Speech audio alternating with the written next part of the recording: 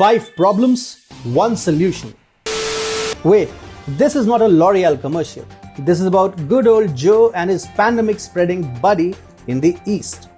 Joe Biden has been acting quick when it comes to reversing Donald Trump's plans. He's already made significant indications about his China policy, and it is nothing good for America. But great news for the Chinese Communist Party. Hi, I am Atul Mishra, and this is TFI Global, the foreign affairs and geopolitical analysis arm of the TFI Media Group. And in this video, I will talk about the 5 problems of China that Biden has resolved in just 2 weeks. The election of Joe Biden as the 46th President of the United States of America was seen as the victory of China and its megalomaniac leader Xi Jinping, who wanted to get rid of hard taskmaster Donald Trump somehow. Whether it was the election fraud or the manipulation by the MSM, Biden managed to enter the White House, and within 15 days of the inauguration, the President of the United States has shown that he is here to help China get rid of its problems. Let's take a look at Biden's utmost generosity in solving 5 of China's biggest problems. No trade wars for China. The Politburo of China, sitting in Washington, masquerading as Office of the U.S. Trade Representative or the USTR, on Wednesday said that trade would not be the key plank of the Biden administration to put pressure on the Chinese authoritarian regime. In a nutshell, Biden is going easy on the trade wars and allowing China the breathing space to claw its way back and again to become a menacing foe to the states. According to a Reuters report, the Biden administration is also considering to return to the comprehensive and progressive treatment for Trans-Pacific Partnership or CPTPP and also give honorable respect to China's brainchild RCEP, which has been devised solely to keep rising Asian superpower like India in check. If America gives support to RCEP, which India had brushed its hands from, the relation between the two nations might come to a halt of sorts. But that's what China wants, and like a puppet, Biden is swaying to the strings pulled by Xi Jinping. The trade wars had forced China to cower down in front of Trump and sign the first phase of the trade deals, which at a point had nearly broken the back of Jinping. Huawei and other 5G Chinese companies given free rein. This one came rather fast and quick in Biden's tenure. Reported by TFI on the second day of his office, in a shocking development, the State Department website omitted the CCP as one of the policy issues. And the 5G related page, which cautioned against the use of ZTE and Huawei, had been scrubbed off. Trump had cracked down on Huawei and ZTE, citing national security threats. Following the ban imposed by Trump, a string of countries across the globe banned Huawei from their 5G networks, as these countries, along with the US president, were well aware of the threat posed by the Chinese telecom giants. However, Biden doesn't perceive the CCP or Huawei as any threat. This gives a clear indication of what Biden's 5G policy would be, and it is terrible news for the democratic world.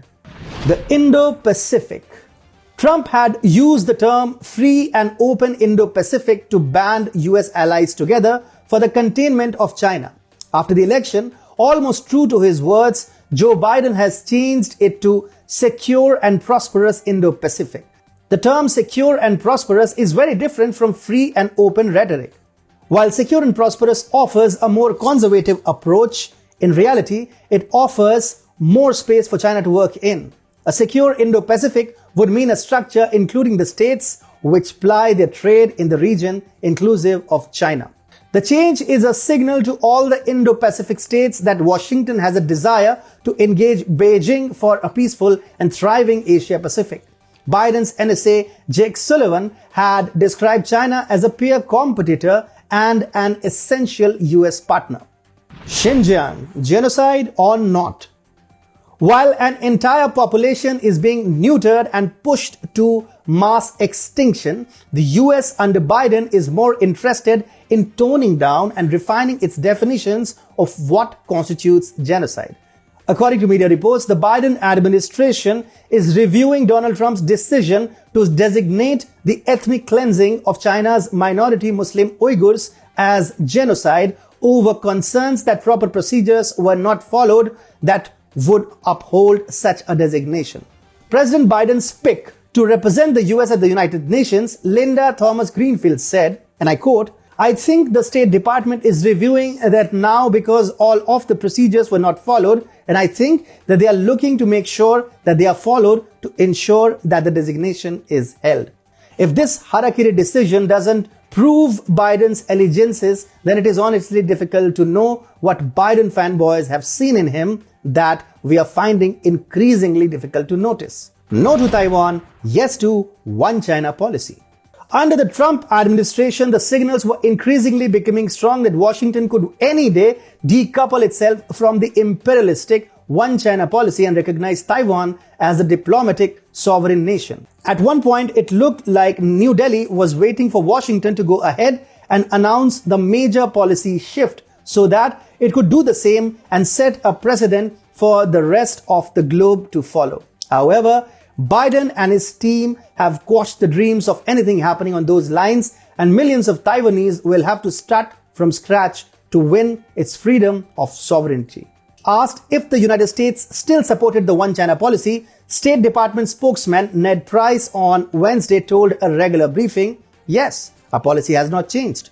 China and its leader Xi Jinping will be having a good hearty laugh over the appointment of a president hell-bent on erasing the legacy of his predecessor and burn the country to the ground. God bless America. For it's been only 15 days and a major chunk of the 4-year Biden tenure is still left.